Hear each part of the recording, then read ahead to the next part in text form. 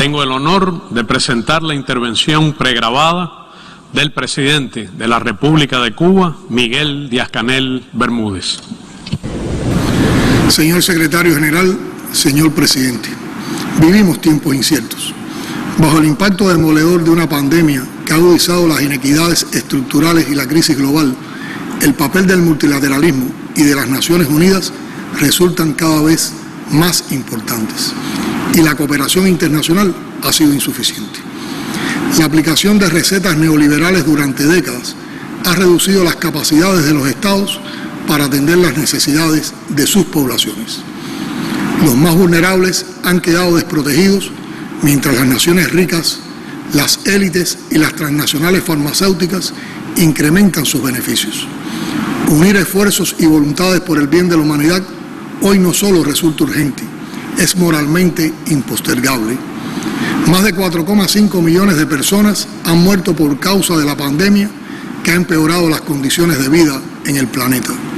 Sus secuelas e impacto en todas las sociedades hoy resultan incalculables, pero ya se sabe que no serán efímeros.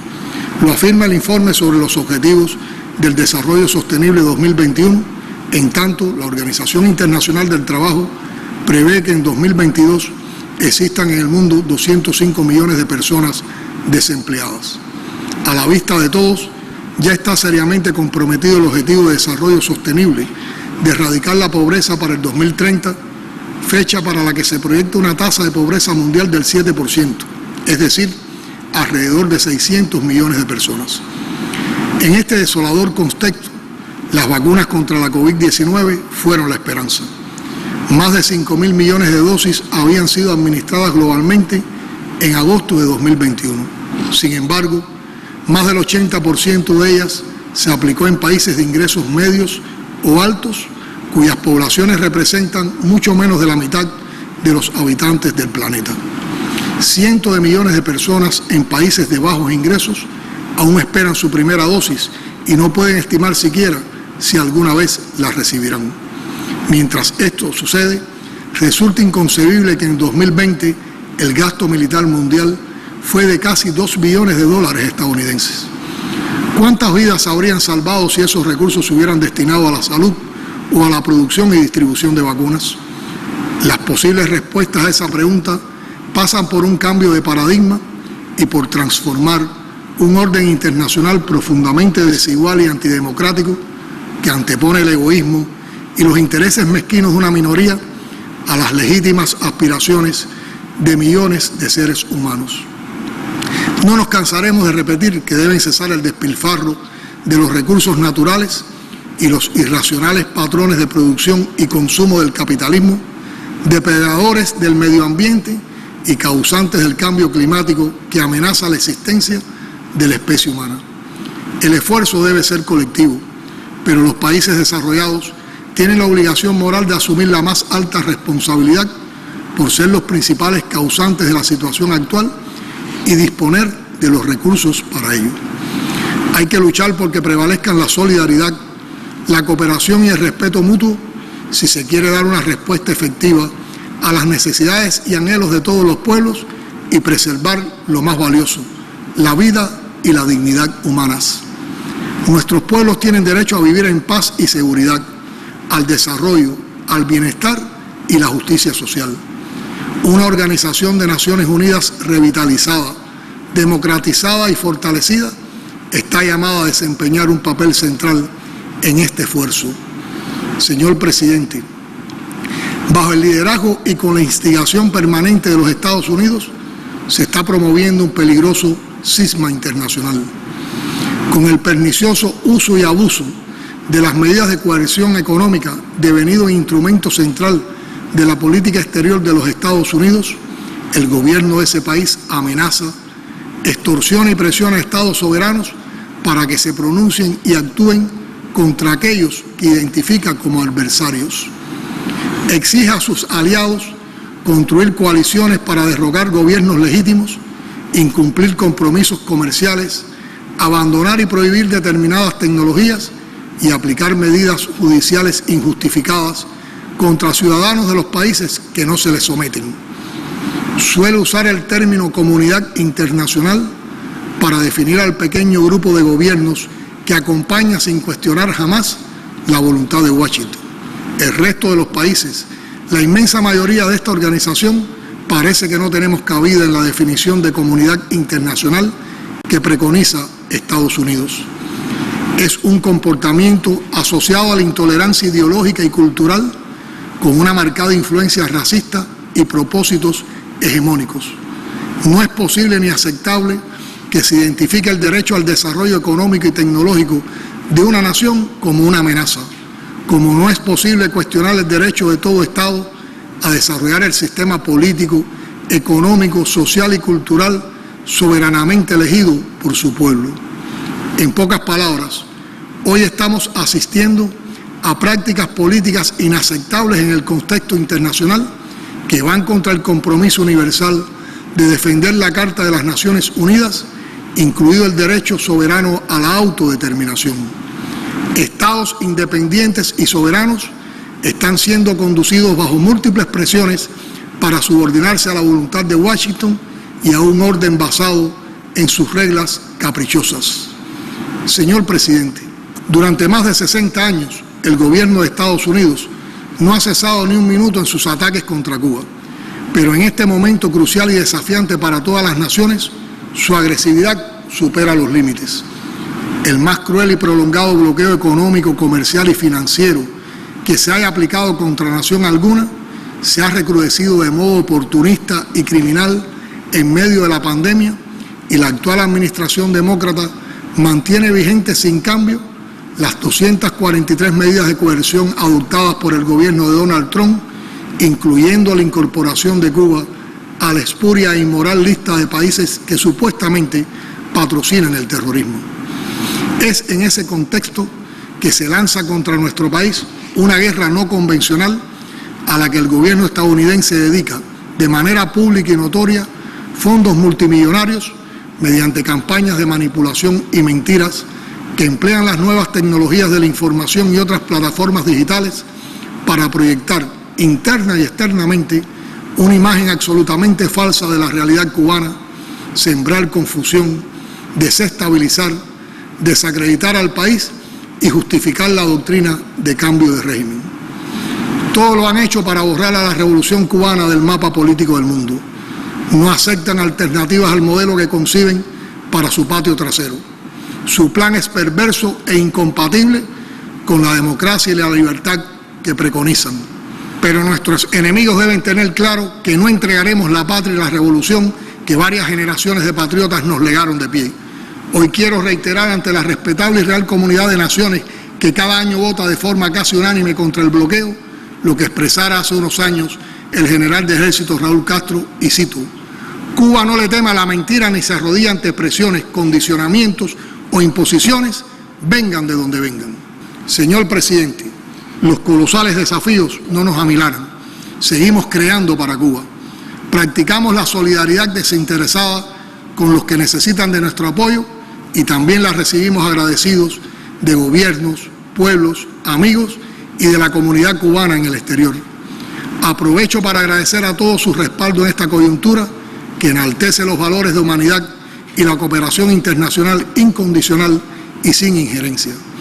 Al propio tiempo, en respuesta a solicitudes recibidas y guiadas por su profunda vocación solidaria y humanista, Cuba ha enviado más de 4.900 colaboradores organizados en 57 brigadas médicas a 40 países y territorios afectados por la COVID-19. Los consagrados trabajadores de la salud no han descansado ni un minuto en el combate a la pandemia fuera y dentro de Cuba. Son los mismos que salieron a las calles a asistir al pueblo haitiano tras el devastador terremoto de hace apenas unas semanas. Los que viajan del lugar más remoto a una provincia cubana y sin quitarse el polvo del camino van a entregar su experticia y sus saberes a la misión de salvar vidas. Son mucho más que héroes cotidianos, orgullo de nuestra nación y símbolo de su vocación de justicia. Decenas de personalidades y miles de personas han firmado su candidatura para el Premio Nobel de la Paz. Igualmente, nos enorgullece la comunidad científica cubana que en medio de enormes carencias creó 3 vacunas y 2 candidatos vacunales contra la COVID-19. Ellos representan la concreción de la idea del comandante en jefe de la Revolución Cubana, quien afirmó en 1960 que el futuro de nuestra patria tiene que ser necesariamente un futuro de hombres de ciencia. Gracias al apoyo de nuestras mujeres y hombres de ciencia y del personal de la salud, en los primeros 10 días del presente mes se habían administrado más de 15,8 millones de dosis de las vacunas Abdala, Soberana 02 y Soberana Plus, y un 37,8% de la población cubana tenían completado el esquema de vacunación. Aspiramos a la inmunización total de la población a finales de 2021, lo que nos permitirá avanzar en la lucha contra el rebrote de la pandemia. Señor presidente, ratificamos la aspiración de total independencia para nuestra América y de ser parte de una región latinoamericana y caribeña económica y socialmente integrada, capaz de defender el compromiso de la proclama de América Latina y el Caribe como zona de paz frente a las pretensiones de reimponer la doctrina Monroe y la dominación neocolonial.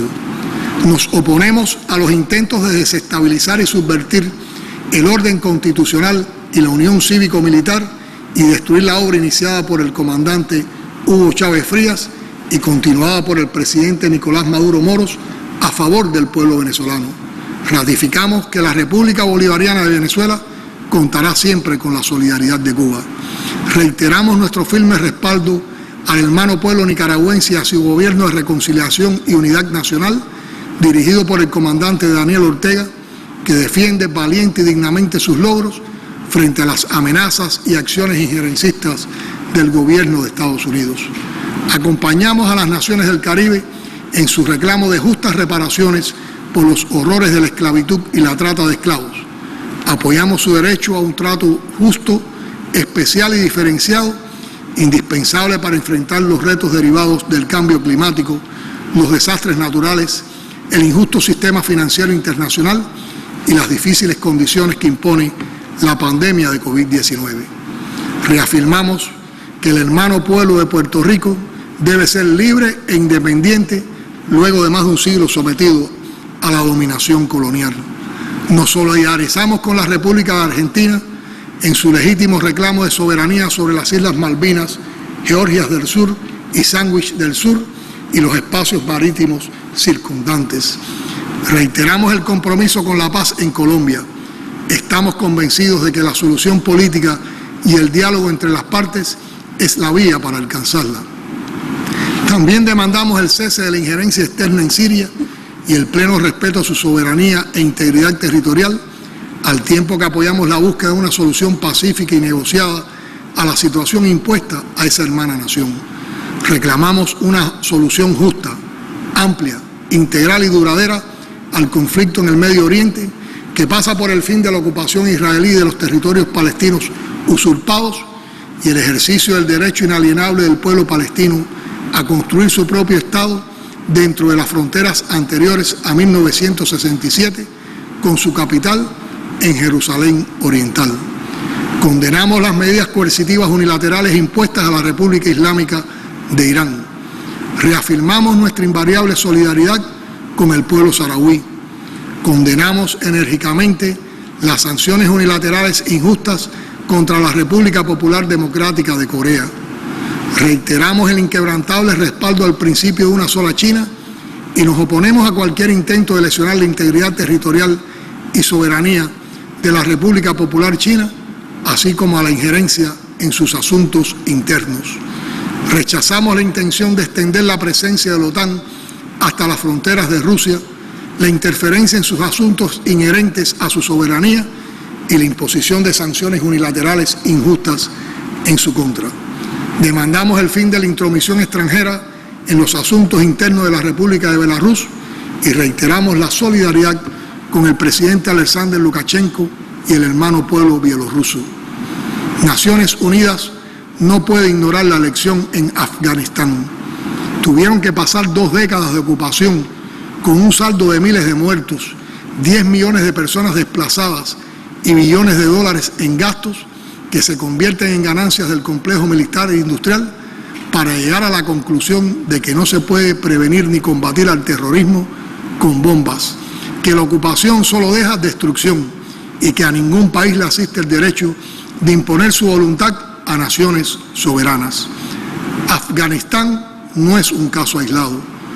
Ha quedado evidenciado que donde los Estados Unidos interviene se incrementan la inestabilidad, las muertes, el sufrimiento y quedan cicatrices perdurables. Señor presidente, ratificamos la determinación de Cuba de continuar exponiendo con claridad sus verdades por mucho que molesten a algunos, de defender principios y valores en los que creemos, de acompañar las causas justas, de enfrentar los atropellos como hemos enfrentado a la agresión extranjera, al colonialismo, al racismo y al apartheid, y de luchar sin descanso por la mayor justicia, prosperidad y desarrollo de nuestros pueblos que merecen un mundo mejor. Muchas gracias.